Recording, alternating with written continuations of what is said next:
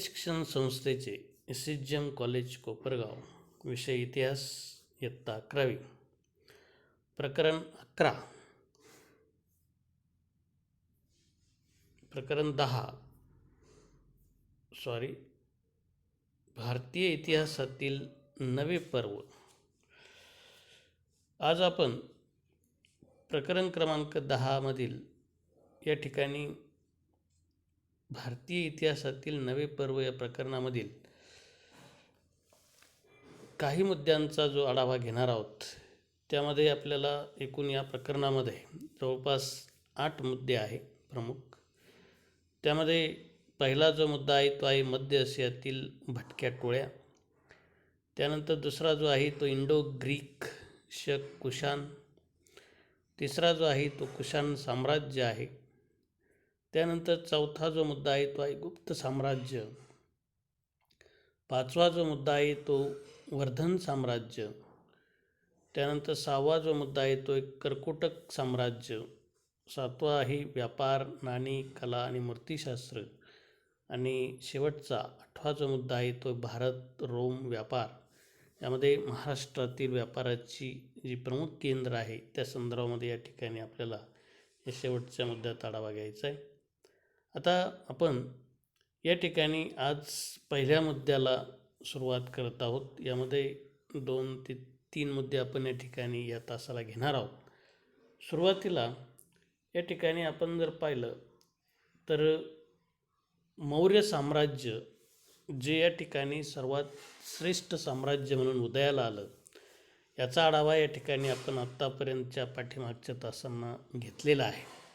आणि 16 महाजनपदामधलं हे सर्वात मोठं मगध साम्राज्य की ज्या साम्राज्यावर या ठिकाणी मौर्यांनी दीर्घकाळ आपलं साम्राज्य किंवा आपला या ठिकाणी अस्तित्व टिकवलं, अशा मौर्य साम्राज्याचा कालांतराने अस्त झाला। आणि या मौर्य साम्राज्याच्या अस्तानंतर किंवा विघटनानंतर स्थानिक राजकीय सत्ता यांचा या ठिकाणी महत्त्वाकांक्षा ज्या आहे त्या वाढत गेल्या। आणि याच्यातूनच मग प्रादेशिक राज्य जे आहे हे या ठिकाणी भारतामध्ये सर्वात महत्त्वाचे उदयाला आले। आणि यामध्ये आपण प्रादेशिक राज्यांमध्ये पाठीमागच्या प्रकरणामध्ये शुंग आणि सातवाहन या 2 घराण्यांचा थोडक्यात आढावा आपण घेतलेला आहे।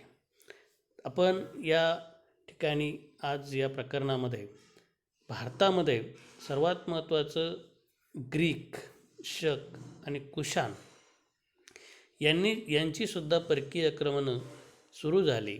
आणि याच्यातूनच प्रादेशिक राज्याचा जो उदय आहे तो उदय या ठिकाणी झाल्याचं आपल्याला सांगता येईल। आणि म्हणून भारतामध्ये सर्वात महत्त्वाचं ही जी काही प्रादेशिक राज्य जी आहे ती या ठिकाणी जी उदयास आली त्या राज्यांचा एकंदरीत उदयाचा काळ, आणि हा काळ म्हणजेच भारतीय इतिहासातील नवे पर्व म्हणून या ठिकाणी ओळखला जातो। आता सुरुवातीला आपण जर पाहिलं तर या ठिकाणी आपल्याला पहिला जो मुद्दा आहे त्या संदर्भामध्ये एक सांगता येईल की मध्य आशियातील भटक्या टोळ्या। आता याच्यामध्ये आपण पाठीमागच्या प्रकरणामध्ये सुद्धा सिकंदर किंवा ज्याला आपण अलेक्झांडर असं या ठिकाणी म्हटलेलं आहे, त्या सिकंदरचा ग्रीकांचा जो राजा होता सिकंदर, की या सिकंदरचा ज्यावेळेस मृत्यू झाला आणि त्या मृत्यूनंतर या ठिकाणी त्याने जे सत्रप जे नेमले होते, सत्रप म्हणजे आपण पाहिलं होतं की प्रत्येक प्रांतावर त्याने राज्यपाल, सत्रप म्हणजे राज्यपाल, यांची या ठिकाणी सर्वात महत्त्वाची जी नेमणूक केली होती त्या सत्रपांनीच पुढे आपापली राज्य स्वतंत्र राज्य म्हणून या ठिकाणी निर्माण केली, म्हणजे सिकंदरच्या मृत्यूनंतर। आणि मग अशा पद्धतीने आपण जर पाहिलं तर मध्य आशियामधील ह्या ज्या भटक्या टोळ्या ज्या आहे त्या भटक्या टोळ्यांनी बॅक्ट्रियावर आक्रमण केलं, म्हणजे जो ग्रीकांनी जो भारतामध्ये जो स्थापन केलेला जो प्रदेश आहे तो बॅक्ट्रिया नावाने ओळखला जातो। आणि अशा या बॅक्ट्रिया या प्रदेशावर किंवा बॅक्ट्रियावर या ठिकाणी सर्वात महत्त्वाचं या मध्य आशियातील ज्या टोळ्या आहे, भटक्या टोळ्या ज्या आहे त्या भटक्या टोळ्यांनी या ठिकाणी आक्रमणं केली। आणि अशा पद्धतीने आपण जर पाहिलं तर इसवी पूर्व 2ऱ्या शतकाच्या उत्तरार्धात पेहलव आणि शक यांनी या ठिकाणी सर्वात महत्त्वाचे हल्ले केले। मग आता मध्य आशियातील आपण जर पाहिलं तर अशा पद्धतीने या ठिकाणी शक आणि पहलव यांनी भारतामध्ये आपलं थोडक्यात जे अस्तित्व निर्माण केलं.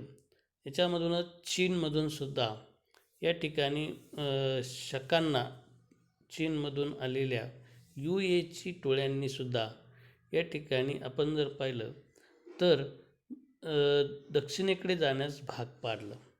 म्हणजे या ठिकाणी आपण जर पाहिलं तर ची हे जे आहे हे सर्वात महत्त्वाची चीनमधून आलेली ही एक जी टोळी आहे किंवा जमात ज्याला आपण म्हणतो, त्या टोळीने या ठिकाणी सर्वात महत्त्वाचं दक्षिणेकडे शकांना या ठिकाणी जाण्यास भाग पाडले. आणि याच्यातून ची जे आहेत ते पशुपालक होते. म्हणजे थोडक्यात या ठिकाणी प्राण्यांचं या ठिकाणी ते पालन करत असत, पाळत असत. आणि अशा भटक्या टोळ्यांनी स्थानिक राजावर त्यांच्या युद्धकौशल्याच्या जोरावर या ठिकाणी स्वतःचं अस्तित्व जे आहे ते या ठिकाणी निर्माण केलं. म्हणजे एकंदरीत आपण जर पाहिलं तर अशा पद्धतीने मध्य आशियामधून ह्या ज्या काही टोळ्या आहे या टोळ्या या ठिकाणी भारतात आल्या. आणि या भारतामध्ये आल्यानंतर यांनी हा जो काही प्रदेश आहे हा बॅक्ट्रिया प्रदेश हा या ठिकाणी आपल्या वर्चस्वाखाली आणला असं आपल्याला सांगता येईल. आता त्याच्यानंतर आपल्याला या ठिकाणी यातला जो भाग आहे तो दुसरा जो मुद्दा आहे आपल्याला त्यामध्ये इंडो ग्रीक म्हणून या ठिकाणी सर्वात महत्त्वाचा एक जो मुद्दा आहे. आता इंडो ग्रीक म्हणजे कोण, तर वायव्य भारतामध्ये सर्वात महत्त्वाचं ग्रीक सत्रपांना इंडो ग्रीक या नावाने ओळखलं जातं. तर हे जे इंडो ग्रीक जे आहे हे वायव्य भारतामध्ये सर्वात महत्त्वाचे स्थायिक होते आणि अशा लोकांना इंडो ग्रीक या नावाने ओळखलं जायचं. आता भारतीय परंपरेमध्ये त्यांचा जो उल्लेख आहे तो यवन असा सुद्धा केला जातो. आता यवन म्हणजे आपल्याला या ठिकाणी जर पाहिलं तर सर्वात महत्त्वाचं ही जी लोक होते ही बाहेरूनच आलेली आहे. तरी परंतु यांचा उल्लेख या ठिकाणी अशा पद्धतीने सर्वात महत्त्वाचा जो केला जात असे, याच्यातून भूमध्य समुद्राच्या परिसरामध्ये आपले वर्चस्व स्थापन करून मध्य आशियातील व्यापारावर पकड निर्माण करणे हा या ठिकाणी या लोकांचा प्रमुख व्यवसाय होता किंवा एक उद्देश होता. म्हणजे या ठिकाणी आपण जर विचार केला तर व्यापार करणे हा प्रामुख्याने यांचा प्रमुख उद्देश होता. आणि त्या दृष्टिकोनातून त्यांनी सर्वात महत्त्वाचं या मध्य आशियातील व्यापारावर आपण जर पाहिलं तर खऱ्या अर्थाने पकड जी आहे ती निर्माण करण्याचा प्रयत्न केला. याच्यातून सेल्युकस निकेटर जो आहे हा वायव्येकडील बॅक्ट्रिया प्रांतामधील इंडो ग्रीक राजा होता. सेल्युकस निकेटर आपण पाहिलं की पाठीमागे की ज्याने गुप्तांशी या ठिकाणी सर्वात महत्त्वाचे वैवाहिक संबंध जोडले होते.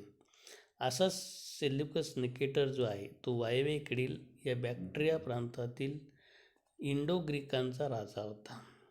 आता इंडो ग्रीक राजांमधील संघर्षामध्ये सर्वात महत्त्वाचं आपण जर पाहिलं तर बॅक्ट्रियन जे राज्य आहे ते सर्वात सामर्थ्यवान असं राज्य म्हणून पुढे आलं. थोडक्यात सामर्थ्यवान राज्य म्हणून या ठिकाणी ते उल्लेखनीय असं ठरलं गेलं. आणि मग इसवी सन पूर्व 180मध्ये त्यांनी भारतावर आक्रमण केलं. म्हणजे एकंदरीत आपण जर पाहिलं तर अशा पद्धतीने हा जो बॅक्ट्रियन राजा जो आहे याच्यामध्ये आपण डिमेट्रियस वगैरे यांचा या ठिकाणी सुरुवातीला जो उल्लेख आपण पाहिलेला आहे. आणि या डिमेट्रियस इसवी सन पूर्व 180मध्ये भारतावर या ठिकाणी आक्रमण केलं आणि त्याने तक्षशिला जे आहे तक्षशिला ज्याला आपण म्हणतो ती या ठिकाणी जिंकून घेतलं. याच सुमारास सर्वात महत्त्वाचं आपण जर पाहिलं तर युक्रेडायडिस या इंडो ग्रीक राजाने याच काळामध्ये स्वतंत्र राज्य जे आहे ते या ठिकाणी प्रस्थापित करून तक्षशिला ही राजधानी या ठिकाणी त्यांनी निर्माण केली. म्हणजे आपण जर पाहिलं तर इंडो ग्रीकांनी इसवी सन पूर्व 180मध्ये राजा डिमेट्रियस असताना या ठिकाणी सर्वात महत्त्वाचं बॅक्ट्रियाचा राजा डिमेट्रियस असताना याने भारतावर आक्रमण केलं आणि त्याने तक्षशिला जिंकलं. आणि त्यानंतर त्याने साकल किंवा सियालकोट ही राजधानी बनवली. आणि त्याच्यानंतर युक्रेडायडिस हा इंडो ग्रीकांचा जो राजा झाला त्याने या ठिकाणी तक्षशिला ही राजधानी निर्माण केली. म्हणजे अशा पद्धतीने भारतामध्ये आपण जर पाहिलं तर इंडो ग्रीकांनी सर्वात महत्त्वाचं आपलं वर्चस्व निर्माण केलं. आणि इंडो ग्रीक साम्राज्यामध्ये जवळपास आपण जर पाहिलं तर एकूण 40 राजे झाले बघा. 40 राजे. त्याच्यामध्ये सुरुवात आपण पाहिलं की डिमेट्रियस आणि इक्विडायडिस या राजांच्यापासून या ठिकाणी होते. परंतु अशा पद्धतीने या ठिकाणी सर्वात महत्त्वाचं 40 राजांची कारकीर्द ही इंडो ग्रीक या साम्राज्यामध्ये आहे. आणि यांनी भारतामध्ये अशा पद्धतीने जवळपास आपण जर पाहिलं तर या ठिकाणी इसवी सन पूर्व 180मध्ये आक्रमण करून सर्वात महत्त्वाचं आपलं अस्तित्व निर्माण केलं. आता इंडो ग्रीकांचा इतिहास हा आपण जर पाहिलं तर प्रामुख्याने आपल्याला जो समजतो तो त्यांनी पाडलेल्या नाण्यांवरून समजतो बघा. कॉईन, नाण्यांवर जे काही कोरलेलं आहे किंवा जे काही मजकूर जो आपल्याला सापडतो बघा नाण्यांवर, की या ठिकाणी त्यांचे जे ठसे आहे, मजकूर आहे, राजाचं चित्र आहे, त्याचप्रमाणे त्यांनी देवतांची सुद्धा चित्र या ठिकाणी या नाण्यांवर कोरलेली आहे. आणि यावरून आपल्याला बरीचशी इंडो ग्रीकांची जी माहिती आहे ती या ठिकाणी याच्यावरून मिळते. अशा पद्धतीने भारतामध्ये या ठिकाणी जे नवीन पर्व जे सुरू झालं ते इंडो ग्रीकांच्या माध्यमातून या ठिकाणी सुरू झाल्याचं आपल्याला सांगता येईल. त्याच्यानंतर आपल्याला या ठिकाणी आपल्याला पुढचा जो साम्राज्य आहे बघा किंवा पुढचं जे एकंदरीत परकीय जे भारतावर आक्रमण करून आले ते म्हणजे कोण, तर ते म्हणजे शक. आता शक जे आहे हे शक या ठिकाणी सर्वात महत्त्वाचे मध्य आशियामधूनच भारतात आले बघा. मध्य आशियामधूनच ही या ठिकाणी जे भारतात आले आणि त्यांनी बॅक्ट्रियातील ग्रीकांना हुसकावून लावून त्यांनी आपलं जे राज्य आहे ते या ठिकाणी भारतामध्ये स्थापन केलं. म्हणजे शक जे आहे या शकांनी या ठिकाणी ग्रीकांना हुसकावून लावलं आणि ग्रीकांना हुसकावून लावून या ठिकाणी सर्वात महत्त्वाचं त्यांनी आपलं साम्राज्य जे आहे ते या ठिकाणी निर्माण केलं. आता याच्यामध्ये आपण जर विचार केला तर त्यांच्या वसतिस्थानास पुढे शकस्तान किंवा सिस्तान असं सुद्धा या ठिकाणी नाव मिळालेलं आहे.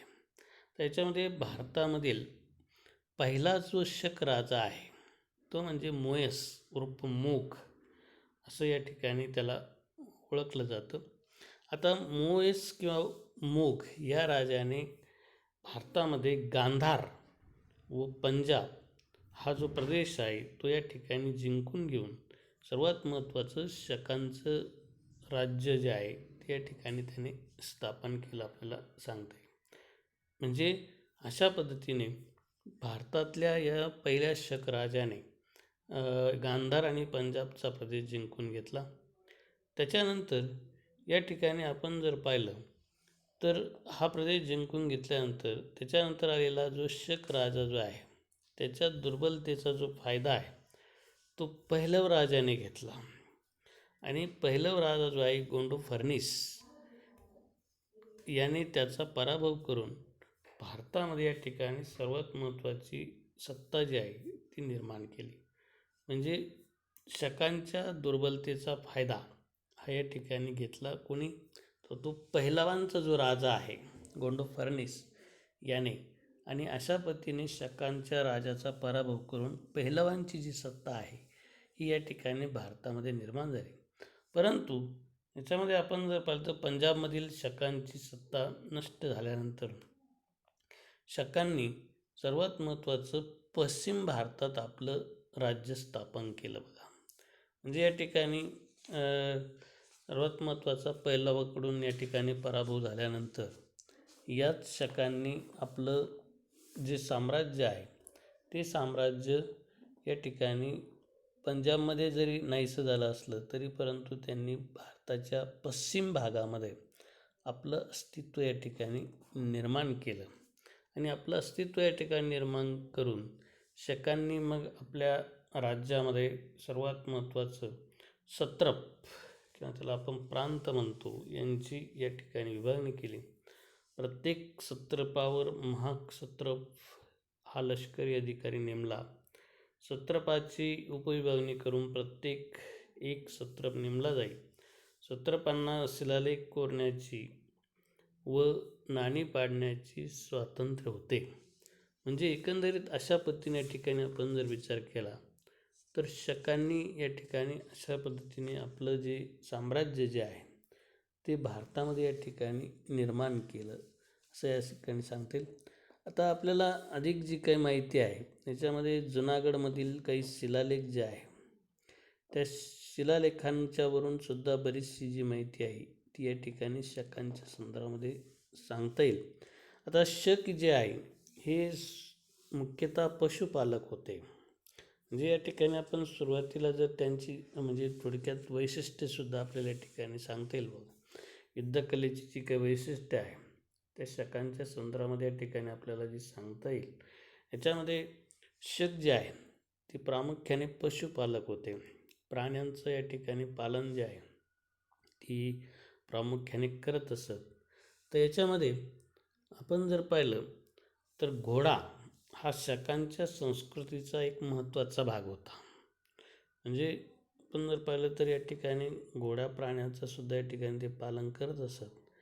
याच्यामध्ये काही वैशिष्ट्यपूर्ण ज्याला आपण म्हणतो या ठिकाणी युद्ध कौशल्याचं त्यांच्या संदर्भात सांगता येईल की घोडा हा शकांच्या संस्कृतीचा एक महत्त्वाचा भाग होता. कारण याच्यामध्ये आपण जर विचार केला तर घोड्यावर स्वार होऊन चपळतेने आक्रमण करणे हे त्यांच्या युद्ध कौशल्याचं सर्वात महत्त्वाचं वैशिष्ट्य होतं.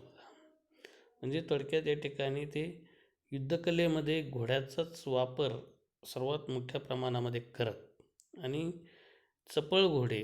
चपळतेने या ठिकाणी सर्वात महत्त्वाचं ते आक्रमण करत. आणि याच्यामधून आपण जर पाहिलं तर खोगीर, आता जे घोड्याच्या बाबतीमध्ये आपल्याला माहीत असेल लगाम, त्याचप्रमाणे द्विमुखी धनुष्य, यामुळे त्यांचे युद्धतंत्र जे आहे ते अत्यंत प्रभावी असं होतं. थोडक्यात शकांचा मृत्यू झालेल्या गटप्रमुखाबरोबर त्याचा घोडा व घोड्याचा साज व इतर वस्तू दफन केल्या जात. म्हणजे त्यांची एकंदरीत आपल्याला जे काही पुरावे किंवा अवशेष म्हणतो की या अवशेषावरून या ठिकाणी त्यांच्या कालखंडामधल्या बऱ्याचशा जे काही मृत्यू झाल्यानंतर एखाद्या शकांच्या कालामधला एखाद्या व्यक्तीचा मृत्यू झाला गटप्रमुखाबरोबर तर त्याच्याबरोबर तो घोडा व त्याच्या घोड्याचा साज आणि इतर वस्तू ज्या आहेत त्या दफन केल्या जात असत. म्हणजे अशा पद्धतीचं या ठिकाणी आपण जर विचार केला तर बरेचसे जे काही पुरावे आहे त्या पुराव्यावरून या ठिकाणी आपल्याला ही जी काय माहिती आहे ही माहिती या ठिकाणी त्यांच्या संदर्भामध्ये मिळते. आता आपण या ठिकाणी पहिलं इंडो ग्रीक यांच्या साम्राज्याचा थोडक्यात आढावा घेतला. त्यानंतर दुसरे जे आहे ते भारतावर आक्रमण करणारे शक आहे त्या शकांच्या संदर्भामध्ये सुद्धा थोडक्यात या ठिकाणी आपण आढावा घेतला. त्याच्यानंतर आपल्याला या दुसऱ्या मुद्द्यामधलाच आणखीन एक महत्त्वाचं साम्राज्य आणि ते म्हणजे कुशाण. तर कुशाण साम्राज्य जे आहे त्या कुशाण साम्राज्याचा या ठिकाणी आपल्याला थोडक्यात उल्लेख करायचा आहे. याच्यामध्ये कुशाण जे आहे हे सुद्धा मध्य आशियातूनच आलेले आहे. मध्य आशियातून बॅक्ट्रियात आल्यावर कुशाणांनी इंडो ग्रीकांचा प्रदेश काबीज केला.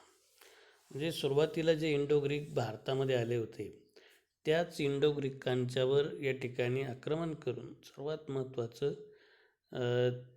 या कुशाणांनी त्यांचा जो प्रदेश आहे तो प्रदेश जिंकून घेतला. आता याच्यामध्ये आपण जर पाहिलं तर शकांना दक्षिणेकडे हुसकावल्यानंतर कुजुल कॅडिफिसेस या कुशाणांच्या प्रमुखाच्या नेतृत्वाखाली ची टोळ्या ज्या आहेत त्या एकत्र आल्या आणि एकत्र आल्यानंतर सर्वात महत्त्वाचं त्यांनी हिंदुकुश पर्वतातून ते वायव्य भारतात आले. आणि मग या ठिकाणी आपण जर पाहिलं तर सर्वात महत्त्वाचं ही जे काही कुशाण जे आहे हे कुशाण हे आपण जर पाहिलं तर सर्वात महत्त्वाचं या ठिकाणी त्यांनी इंडो ग्रीकांचा जो प्रदेश जिंकला त्यामधला पराक्रमी सम्राट म्हणून कुजुल कॅडिफिसेस याची जी एकंदरीत प्रमुख जो आहे या कुशाणांचा, याच्या नेतृत्वाखाली UAची टोळ्या ज्या आहे, ज्या चीनमधून आपण पाहिलं की एकत्र आल्या होत्या, त्यांना एकत्र करून त्याने हिंदू कुश पर्वत जो आहे, त्या हिंदू कुश पर्वतातून वायव्य भारतामध्ये त्यांना आणलं आणि मग तो स्वतः या ठिकाणी या बॅक्ट्रियाचा राजा म्हणून त्याने स्वतःला घोषित केलं. आणि अशा पद्धतीने कुशाणांची सत्ता जी आहे ती या ठिकाणी भारतामध्ये आपण जर पाहिलं तर प्रस्थापित झाली. आता या कुजुल कॅडफिसेस या कुशाण सम्राटाने या ठिकाणी आपण जर पाहिलं तर भारतामधलं काबूल त्याचप्रमाणे काश्मीरपर्यंत या ठिकाणी आपली सत्ता जी आहे ती निर्माण केली. आता काबूल, कंदार वगैरे जो काही भाग आहे तो अफगाणिस्तानमध्ये आहे, परंतु त्यावेळेस जर आपण विचार केला तर अगदी प्राचीन कालखंडाचा जर आपण विचार केला तर अशा पद्धतीने कुशाणांनी हे जे काही मध्य आशियातून आले त्यांनी इंडो ग्रीकांचा प्रदेश जिंकला आणि इंडो ग्रीकांचा प्रदेश जिंकून पुढे सर्वात महत्त्वाचं त्यांनी आपलं साम्राज्याला अगदी मोठ्या प्रमाणामध्ये जो विस्तार केला त्यामध्ये काश्मीरपर्यंत त्यांनी आपलं साम्राज्य जे आहे ते या ठिकाणी निर्माण केल्याचं आपल्याला सांगते. आता शकाप्रमाणेच कुशाण साम्राज्याचा आपण एकंदरीत विचार करत असताना त्यांनी छोटी छोटी राज्य जिंकल्यानंतर सर्वात महत्त्वाचं या ठिकाणी सत्रपी म्हणजे प्रांत प्रस्थापित केले. म्हणजे थोडक्यात या ठिकाणी ज्याला आपण छोटी छोटी राज्य जी आहे त्या छोट्या छोट्या राज्याची प्रांतामध्ये विभागणी केली. त्याच्यावर सत्रपी त्याला काळामध्ये म्हणायचं. त्यावर सत्रप प्रांताधिकारी त्या क्षत्रप या नावाने त्या लष्करी अधिकारी जे आहे ते या ठिकाणी प्रत्येक प्रांतावर नेमण्यात आले, म्हणजे प्रांताचा कारभार पाहण्यासाठी. आणि अशा पद्धतीने कुशाणांनी छोटी छोटी राज्य जी आहेत त्या छोट्या राज्याचे प्रांत या ठिकाणी तयार केले आणि प्रांतावर अशा पद्धतीचे लष्करी अधिकारी जे आहेत ते नेमण्यात आले. आता राजा जो आहे, प्रमुख राजा हा क्षत्रपाचा प्रमुख अधिकारी म्हणून घेत असे आणि स्वतःला राजाधिराज किंवा महाराज असे बिरुदे लावू लागला. बिरुदे म्हणजे त्याला आपण टोपण नाव म्हणतो किंवा या ठिकाणी सर्वात महत्त्वाचं पदवी म्हणतो. आणि बिरुदे म्हणजे पदवी, ती ही पदवी जी आहे ती राजाधिराज किंवा महाराज असं जो एकंदरीत जे लावण्याचा एकंदरीत सुरुवात जी आहे ती अशा पद्धतीने ठिकाणी या साम्राज्यामध्ये कुशाणांनी या ठिकाणी आपण जर पाहिलं तर सुरुवात केली. तर याच्यामध्ये स्वतंत्रपणे जर विचार केला तर राजा जो आहे तो राजा या ठिकाणी प्रमुख मानला जात असे साम्राज्याचं. आणि असं कुशाण साम्राज्य जे आहे या कुशाण साम्राज्यामध्ये राजाला ईश्वराचा अंश असं मानलेलं आहे. म्हणजे थोडक्यात राजामध्ये ईश्वराचा अंश असतो आणि म्हणून ते स्वतःला देवपुत्र म्हणून घेत असे. म्हणजे या ठिकाणी आपण जर पाहिलं तर राजा हा सर्वोच्च असा मानला जात असे आणि राजाला किंवा राजामध्ये या ठिकाणी ईश्वराचा अंश असे, अशा पद्धतीचा या ठिकाणी उल्लेख हा याच्यामध्ये आपल्याला पाहायला मिळतो. याच्यामध्ये कुशाण साम्राज्यामध्ये सर्वात श्रेष्ठ असा सम्राट होऊन गेला आणि तो म्हणजे कनिष्क. तर कनिष्क याने आपण जर पाहिलं तर शक जे आहे त्या शकांना या ठिकाणी त्याने पराभूत केलं. शक राजांना या ठिकाणी पराभूत करून त्याने काबूलपासून ते थेट पाटलीपुत्रपर्यंत व काश्मीरपासून माळव्यापर्यंत कुशाणांचं जे साम्राज्य आहे ते या ठिकाणी निर्माण केलं. म्हणजे एकंदरीत आपण जर विचार केला तर अशा पद्धतीने या कनिष्काच्या काळामध्ये या ठिकाणी कनिष्क म्हणजे कुशाणांचं जे साम्राज्य आहे ते सर्वदूर या ठिकाणी निर्माण केलं. आणि याच्यामधून आपण जर विचार केला तर काबूलपासून पाटलीपुत्रपर्यंत आणि काश्मीरपासून माळव्यापर्यंत असं साम्राज्य या ठिकाणी निर्माण केलं. चीनवर सुद्धा 2 वेळेस आक्रमण केल्याचा उल्लेख हा या ठिकाणी आपण जर पाहिलं तर यामध्ये आपल्याला आढळतो. म्हणजे बरेचसे जे काही दोनदा चीनवर देखील 2दा आक्रमण ज्याला आपण म्हणतो ते आक्रमण या ठिकाणी कुशाणांनी केलं. आणि म्हणून मध्य आशियामधून एवढ्या दूरवर पसरलेलं हे या ठिकाणी सर्वात मोठं साम्राज्य हे कुशाणांनी निर्माण केलं. आणि यामधूनच आपल्याला एक सांगता येईल की सर्वात महत्त्वाचं या ठिकाणी कुशाणांचं जे साम्राज्य आहे भारतामध्ये, हे नवीन पर्व म्हणून या ठिकाणी जे ओळखलं जातं. आणि एवढं मोठं साम्राज्यावर आपला एकंदरीत वर्चस्व निर्माण करण्यासाठी त्यांनी प्रशासन हे चांगल्या पद्धतीने निर्माण केलं. याच्यामध्ये कुशाणांचं साम्राज्य विस्तीर्ण प्रदेशावर जे निर्माण झालं आणि या प्रशासनाचा कारभार पाहण्यासाठी या सम्राट कनिष्काने पुरुषपूर किंवा ज्याला आपण पेशावर, आता पेशावर म्हणजे आज आपण या ठिकाणी आज पाकिस्तानमध्ये आहे, आणि अशा पेशावरमध्ये आणि मथुरा अशा 2 राजधान्या ज्या आहेत त्या ठिकाणी निर्माण केल्या. म्हणजे सम्राट कनिष्क याने कुशाणांच्या ज्या 2 राजधान्या निर्माण केल्या त्यामध्ये या ठिकाणी आपल्याला पहिली आहे पुरुषपूर आणि दुसरी आहे मथुरा. आणि अशा या ठिकाणी सर्वात महत्त्वाच्या 2 राजधान्या निर्माण करून खऱ्या अर्थाने आपलं साम्राज्य बळकट करण्याचा प्रयत्न जो आहे तो या ठिकाणी सम्राट कनिष्क राजाने केल्याचं दिसून येतं. त्याचबरोबर सम्राट कनिष्क या राजाने काश्मीर जो आहे त्या काश्मीरमध्ये कुंडलवन इथे 4थी बौद्ध धर्म परिषद भरवली होती बघा. म्हणजे हा सम्राट कनिष्क जो आहे तो बौद्ध धर्माचा एकंदरीत उपासक होता.